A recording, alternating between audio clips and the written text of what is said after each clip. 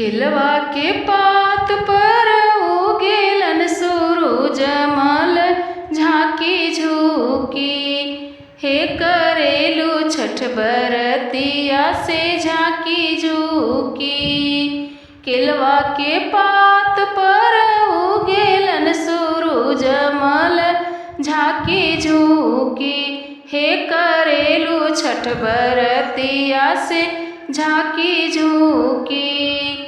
हम तो से पूछी बरतिया ये बरतिया से केकरा लागी। हम तो से पूछी बरतिया ये बरतिया से केकरा लागी। हे करेलू छठ बरतिया से केकरा लागी।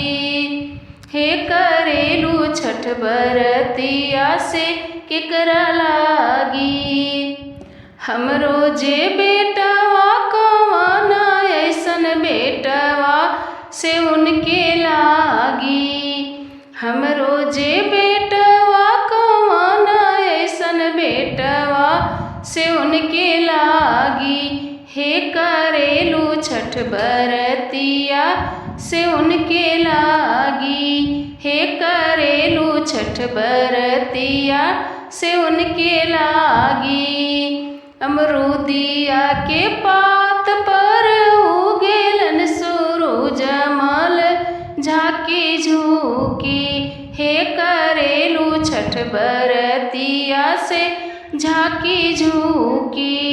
हे करेलू छठ बरतिया से झाँकी झुकी।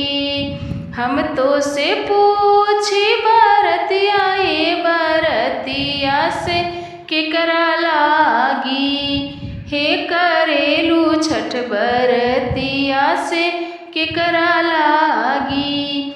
हे करेलू छठ बरतिया से केकरा लागी। केलवा के पात पर उगेलन सूरज मल झाँकी झुकी।